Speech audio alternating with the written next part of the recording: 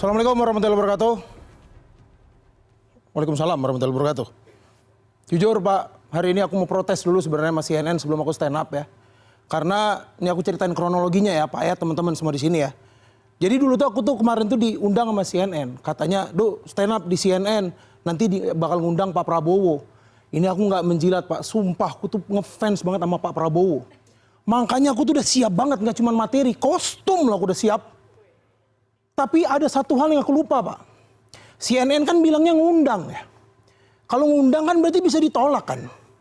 Makanya sekarang akhirnya Pak Prabowo-nya nggak ada gitu. Jadi bingung ini mau. Tadi tuh udah siap lupa joget kayak gini udah siap. Aku tuh udah ngebayangin aku akan bercengkrama dengan Pak Prabowo. Sholat diimamin sama Pak Prabowo. Di backstage udah siap padahal. Tapi tidak bisa juga. Ada Pak Daniel Anzar, saya juga dulu ngefans banget sama Bapak Pak. Untungnya Pak, aku komika profesional Pak. Untungnya aku udah siapin.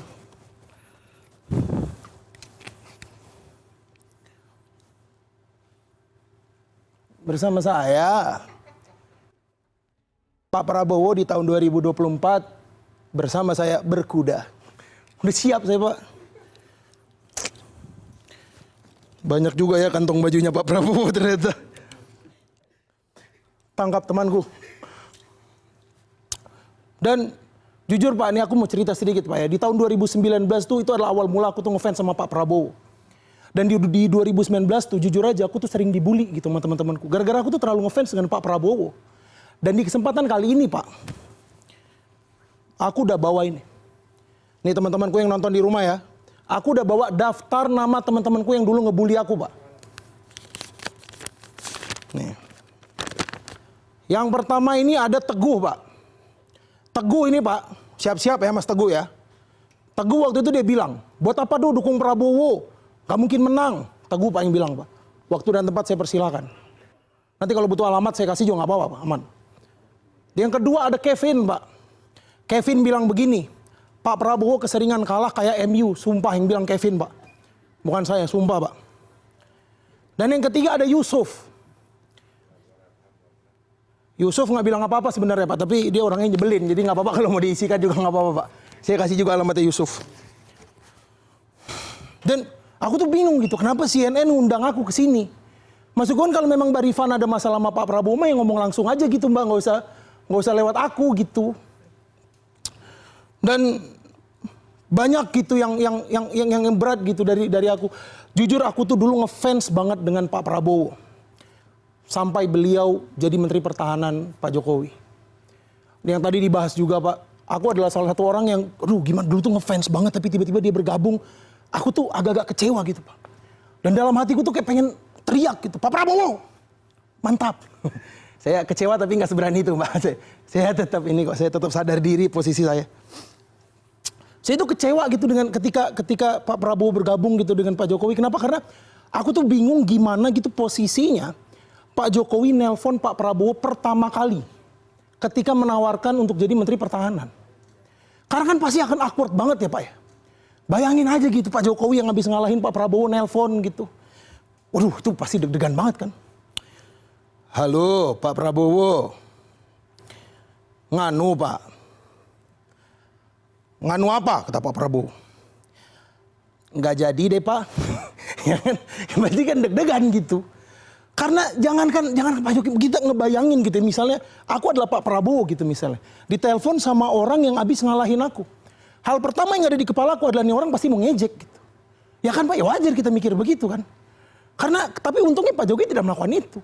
Kan nggak pernah ada sejarahnya gitu Pak Jokowi nelpon Pak Prabowo. Halo Pak Prabowo. Ye, aku presiden. Nggak pernah, nggak ada gitu ceritanya begitu kan. Nggak ada Pak. Dan yang aku salut di tahun 2019 itu Pak. Ketika Pak Prabowo akhirnya bergabung gitu dengan Pak Jokowi. Pak Prabowo tuh lapang hati banget gitu. Nggak ada dendam gitu. Diterima begitu aja. Karena Pak Jokowi nelpon Pak Prabowo ngomong gitu kan. Halo Pak Prabowo. Saya mau ngundang Bapak untuk jadi Menteri Pertahanan Indonesia. Apakah Bapak mau? Dan Pak Prabowo membalas. Setelah kamu ngalahin saya, kamu mengundang saya jadi Menteri Pertahanan kamu, Saya kasih tahu sama kamu Jokowi. Saya mau. Akhirnya bergabung juga gitu Pak. Dan Pak Jokowi juga membalas lagi gitu.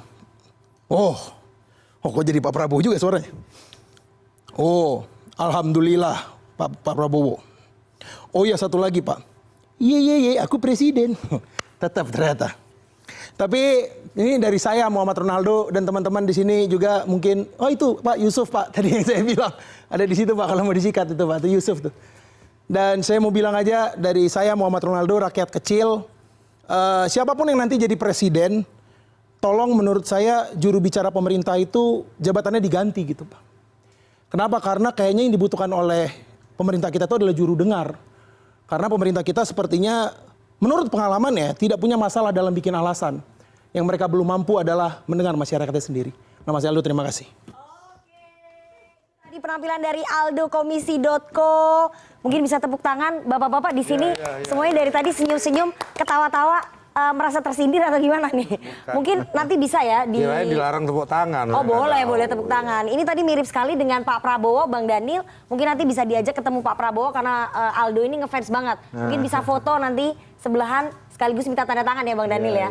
Oke, sekaligus tadi penampilannya Aldo dari Komisi.co menutup perjumpaan kita pada malam hari ini. Saya mau mengucapkan terima kasih kepada para narasumber saya, Bang Daniel Anzar Simanjuntak, juru bicara Prabowo Subianto, Wakil Ketua Umum PKB Pak Jazilul Fawait, kemudian tadi Mas Usman Hamid udah ngacir duluan katanya ada rapat, terima kasih juga. Kemudian ada Mas Willy Vermonte, Senior Fellow CSIS, terima kasih semuanya yang sudah hadir dan juga teman-teman mahasiswa, terima kasih sudah berpartisipasi pada malam hari ini. Sampai ketemu nanti pada episode-episode Political Show berikutnya, terima kasih.